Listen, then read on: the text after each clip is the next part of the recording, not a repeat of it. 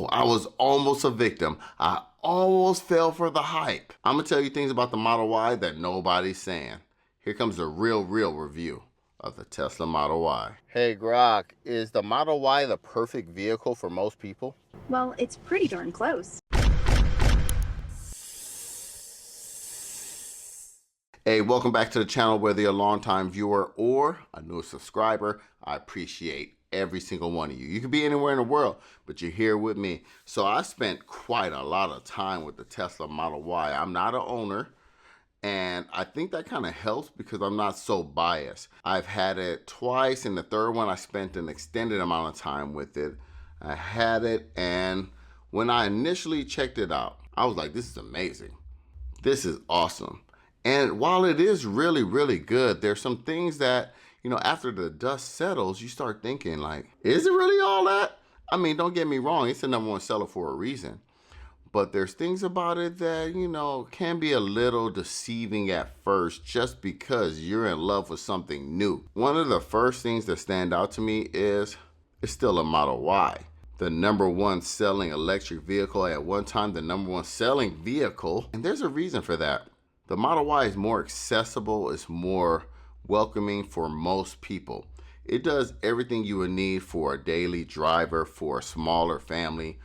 It fits that need, and it does it well. It has a little bit of flair, enough flair to make it, you know, nice, to make it a Tesla, but also it's basic enough to where, you know, it's not too intimidating.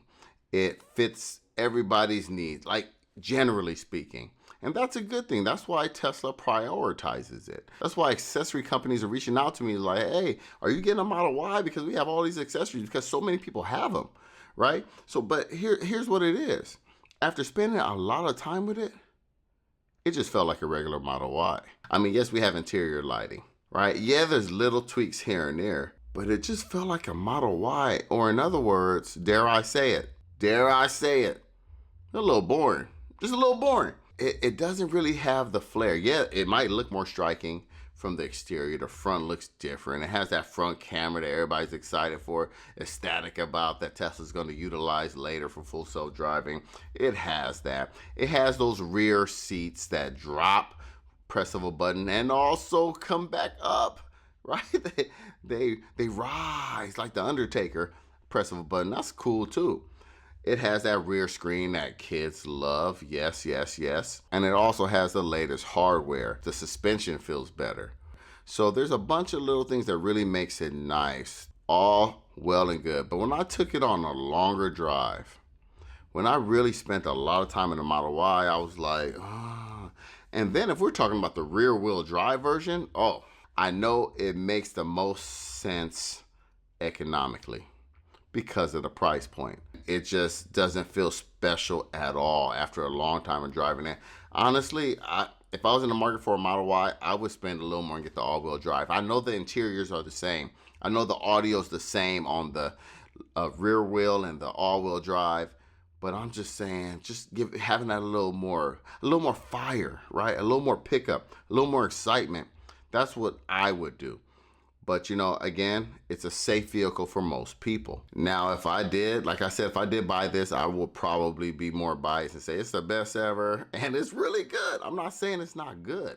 I'm not saying that at all, but some people are saying get this over the Model X, a new Model X. Nah, your budget, you know, your budget takes priority. If you don't want to spend money or you can't afford to spend the money on the Model X, then obviously, you know, Model Y is better.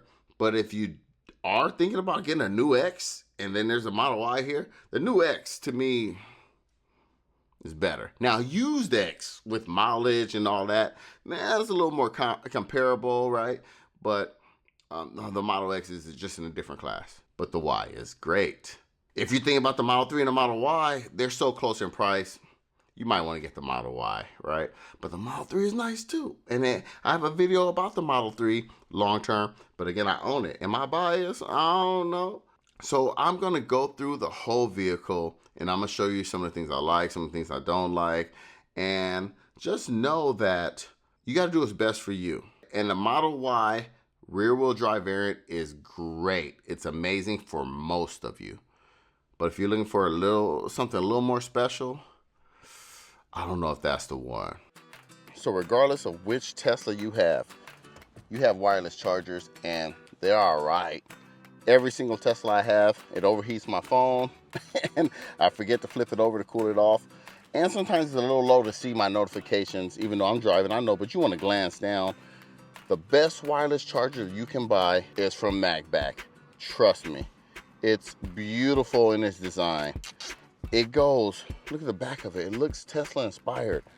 It goes right here, and the reason why you want your charger right there is because not only is it great to have your Waze or your other maps that you might use there, but in case you're stopped somewhere, you want to FaceTime somebody, look how quickly and how sturdy it is, and it charges fast, and it does not overheat your phone, which is, to me, probably the best part about it.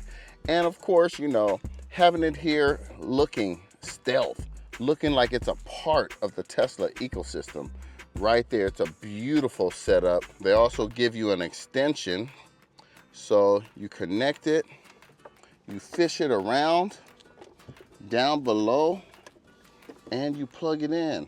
I love MagBack. I love working with MagBack. They are one of the best companies, very communicative, and they make awesome products. The link is in the description. Thank you, MagBack, for once again sponsoring this video.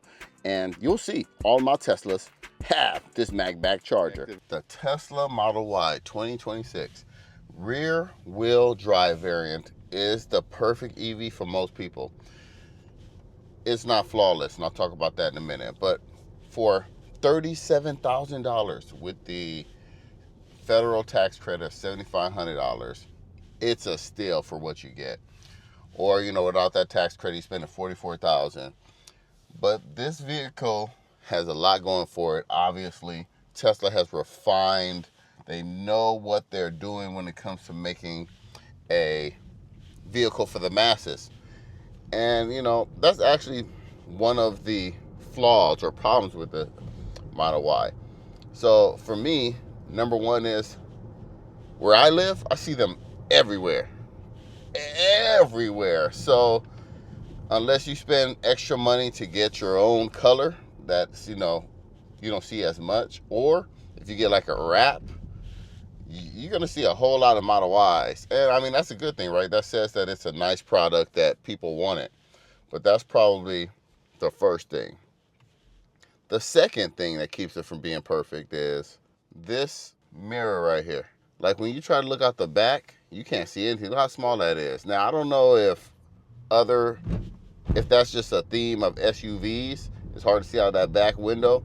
But the only way to see it on the screen is if I press this button and I have it come up and it's nice and super big. It'll be nice to have a digital option, right? Either here or on the screen, and they don't offer that. The next thing is these wireless chargers. They overheat. They absolutely overheat my iPhone. And I actually got a warning on my iPhone saying it will resume charging after it cools down. So they need to fix that. And something else that you might not like is the interior is basic. I mean, it still has a unique look, a minimalist look and feel. Some people might not like that, but it's pretty basic. The car can feel boring when you're just driving it.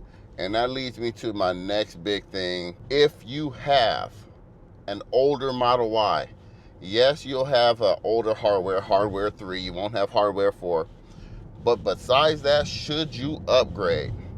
And I will say, even though the ride feels better, it's a lot more smooth. It's quieter in here. Even though, once you start driving this vehicle more and more, you'll realize it feels very familiar. That can be good, that can be bad. But if you have a Model Y, I don't think you need to upgrade. Now, if you're leasing, then, you know, obviously this is a good transition to get into this one. But it feels very familiar.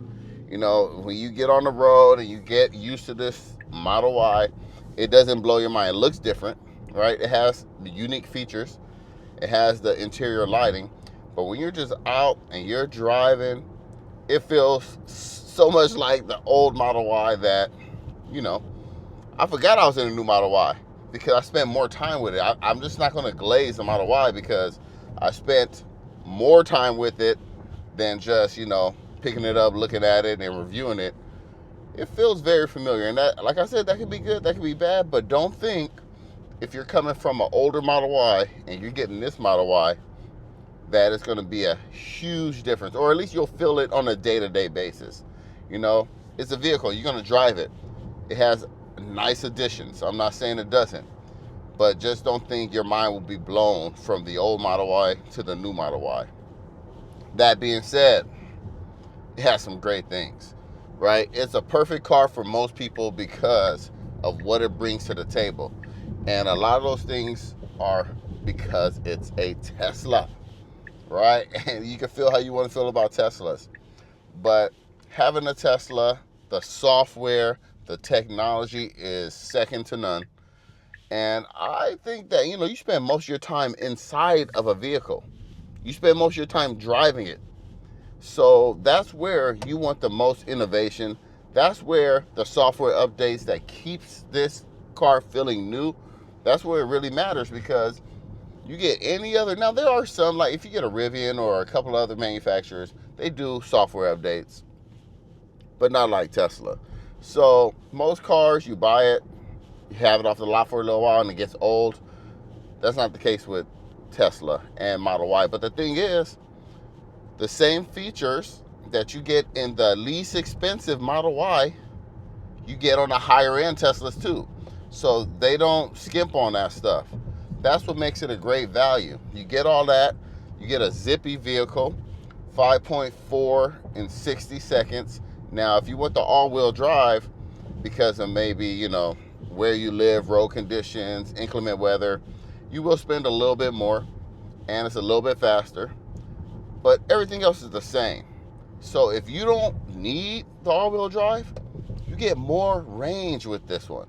I mean, to me, it's a no-brainer. It's not their best vehicle. It's not their most premium vehicle. They have features in other Teslas that's better than this one. But for 90% of people, this is the one to get. You have a great audio system. It's not amazing. Like if you got a custom system, and I even like the audio on the Model X and the Cybertruck better, a little bit better, but it has a great audio system in here. The seats are comfortable, right? You get that vegan leather. That's all preference, right? Some people prefer the tactile, but the textured canvas or whatever they're gonna have. The seats in here are comfortable. Look at that, look at that, look at that. I barely moved on that when I entered that driveway. Now, Tesla has features that not every other manufacturer has. So first of all, this is a nice steering wheel, and they finally brought the turn signal stalks back for people who wanted that. That's what makes it a perfect vehicle. I like the steering controls on the Model 3 and the Cybertruck and the Model X, but this is good for most people just for familiarity, right? Familiarity, for feeling familiar. This is for people to, you know, it feels familiar.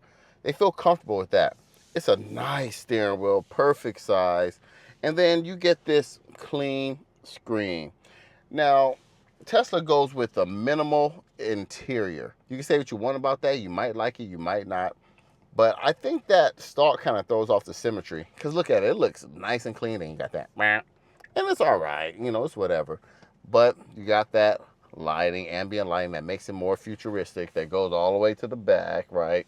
Everything that Tesla offers. If you don't know about Tesla, I keep saying I'm gonna make a dedicated video about Tesla and all the features, but you get the same features on this than you will on the higher end models, the Model S, the Model X. You don't get the double screen, like I said, and a few other things. But as far as the software experience, some actually say the software is better on the Model 3 and the Model Y.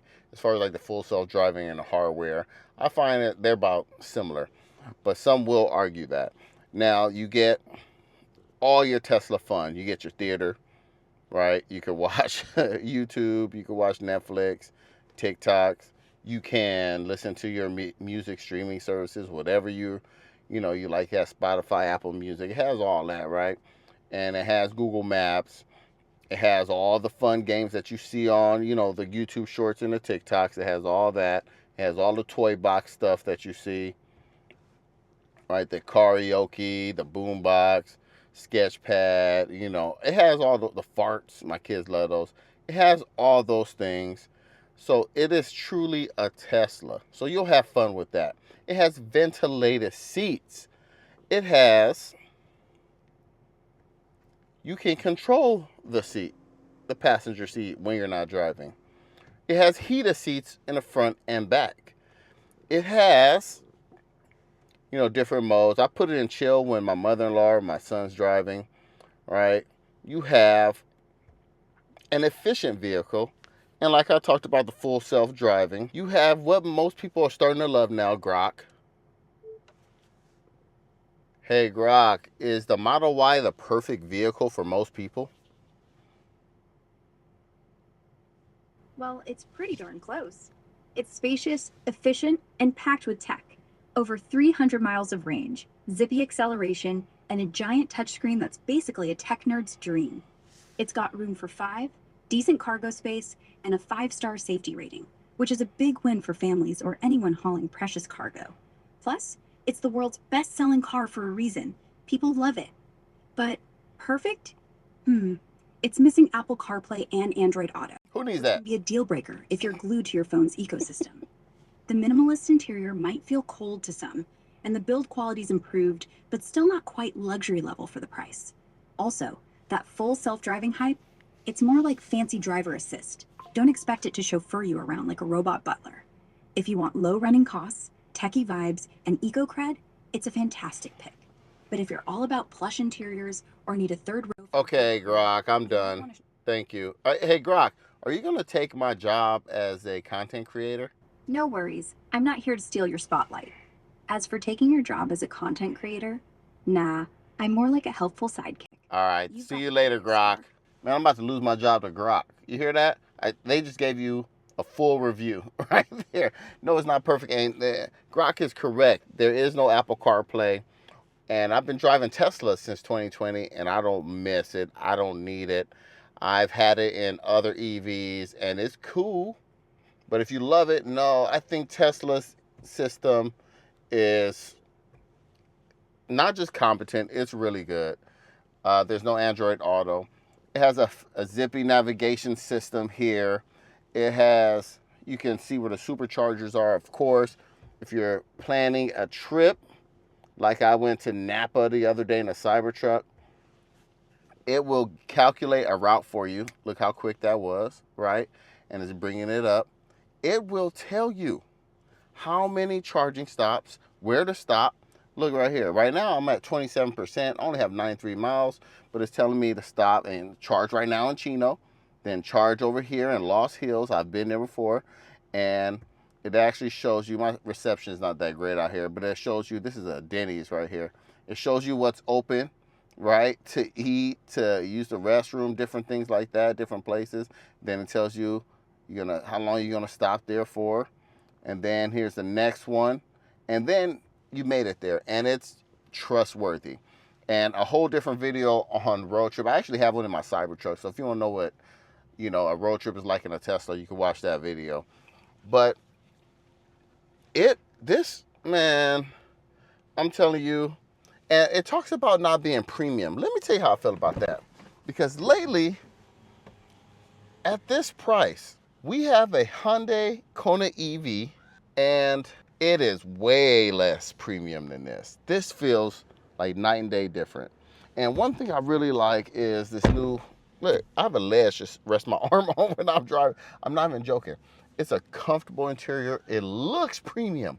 I mean, yes, you could get a BMW that looks way more luxurious, right? Lexuses look, and that's subjective. But this is a clean, futuristic look. It has a rear screen in the back for the kids, right? Or for whoever's in the back. But I like the Model Y because of the size. And I have a Model 3. I'm 6 foot tall, and look where we are. And just getting in, it's not that hard, right? I don't have to drop down as low. So it's very comfortable. Look at this. I'm in there, and I'm good. I'm not dropping so low and getting out. So that's where my seat is. If I want to sit behind somebody my same height, there's a leg room. I'm getting in, and I'm comfortable behind another 6 footer. Yes, and he can go up more. I can go up more when I'm driving, but I'm comfortable back here for a long ride. Like I said, adults for adults. You know what I'm saying? It's not a 5-seater really. I mean, you can have 3 kids back here. You can have 2 car seats back here, but that's about it. But this rear screen is great. Again, you know, different features. You can watch movies. You can hook up your Bluetooth headphones. It has, you know, games. You can hook up a controller. You can, if nobody's sitting here, you can control this seat too. Look at that. Games. Control the airbag here. There's lots of different things. You can see how far you are from your destination. This is a very tech-driven, absolutely tech-driven vehicle with lots of space. And I never talk about this huge sunroof, moonroof, because let me close this door in the back seat. Yeah, I'm comfy. I'm comfy. Look how much headroom I have. If you live in very, very hot climates like Vegas or Arizona, then you probably do want to cover this. I haven't had mine tinted on none of my Teslas, and I don't really get hot on the top. Now, once I was laying back and the sun was in my face, that's one thing. But as far as heat, it does a good job, at least where I live in Southern California. And it does get hot sometimes, but this is a very comfortable Model Y. And you might be thinking, well, why didn't I get this instead of my Model 3? I have a comparison video, and Model 3 works, and it's a great vehicle, but this one's just better for me, for a lot of people. The styling, of course, that's always subjective. How it looks. You might like it, you might not like it. Of course, you could customize the wheels and the color, but the new Model Y has that front camera, and I only have one vehicle with a front camera, and it's the Cybertruck. And they say it's gonna start being integrated into the full self-driving, so I'm a little worried. Do I need to get that added in my Model 3 or in my Model X? I don't know. But just to look at this Model Y is, to me, again, subjective. Better than the old Model Y. I just like the way it looks. It looks sportier. From the side, the profile, it looks just like the other one, right? It looks exactly the same. It looks exactly the same, basically. Of course, different wheels. But then when you come to the back, and again, subjective. Do you like this? Do you not like this? It lights up with your brake lights on. It's a very unique look, and it actually looks a little bit more EV. The license plate is way at the bottom. I don't know. It kind of looks like, the back kind of looks like a Cybertruck. How it's like a huge tailgate, kind of. You got a light bar. But here's the killer feature for me. Look at that. Look at that. Look at all this space in here. Yes, I only have a tripod, but you know, when you go to Costco, you got all your Costco runs and things, you have sub trunk, you got a little cover. But for me, what I like is you could come back here, and I always show this off in every one of my videos. Look at that. Those front seats move forward too, so I can drop these. And look, and a lot of vehicles have that, but only higher end vehicles have this.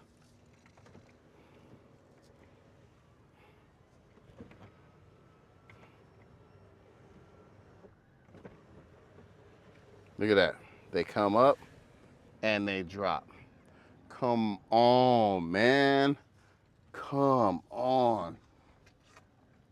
I love that feature, right? It makes things much easier than walking around and trying to lift it from the back. So look at all this space. Look at all this space. And you guys know I do videography. I can fit all my gear in here. I don't always have to take the Cybertruck or the Model X. I can take this and fit so much in here, you know. And also, it's just a much better. I got kids that play sports, and it's nice to have all this extra room. I didn't have to fold up my tripod. I could just throw it back here. Your tripod can fit in a Model 3. I know, but sometimes I carry much more gear than that. So those are coming up. Let's talk about the Frunk that people are losing their minds over. I don't care too much about it just because of that. I had to go in there, press the button or in the app, and I can't, it's not power controlled. Tesla needs to add that to other vehicles, not just a Cybertruck. But it's a nice space. But again, when I'm walking with groceries, man, it's kind of annoying to have to open it up. And there is a drain, little drain, drain, just a drain, drain cover to, you know, if you got ice or something in here, you got some insulation, it looks like. But it's just annoying that you have to do that. You have to press it. And you see here we have hands-free trunk, which means I can stand there and it'll beep 3 times and open, but there's no hands-free Frunk. And they have that on the Cybertruck. So that to me, I don't know, it's cool having a Frunk, but it's way cooler when it's powered. All right, let me show you that hands-free trunk. So you got your hands full and you're here, and then you want it to open, you have it in the app. So you get close and watch this. There it is. Hands-free, I didn't touch anything. So really cool feature. The Model Y has knocked it out of the park. Perfect for so many of you out there. And when it comes to just what your family needs, you really, and if you're thinking about a Tesla and you have a family of 2 kids, they're gonna get bigger. If you have 3 kids, you need to upsize, right? You can't mess with the Model Y. But if you have 2 kids or less, or you have little fur puppies or fur babies, they call them, then yeah, or if you're a little taller, you want the space, trust me, it will save your back and save your knees. So who and what is this Model Y for? This Model Y is for someone who wants an EV that's not stressful, that doesn't have very many issues, and you know, someone who wants a daily commuter with lots of range, with lots of power, that's fun to drive, that has super tech, super software, someone that, you know, wants a reliable, premium, just well-rounded vehicle that rides nicely, that rides high. I think pound for pound is Tesla's best vehicle for most people. Like I said, I wouldn't trade it for my Model X, but the Model X is more expensive. And of course, the Cybertruck has its own features and utility because it's a truck. So I wouldn't trade it for that either. But this Model Y is something that if you were even thinking about getting it, I think you'll be very happy with it. Hey, hopefully I helped you decide whether or not the Model Y is for you. And thanks for watching. Don't forget, Cobra told you. All right, y'all.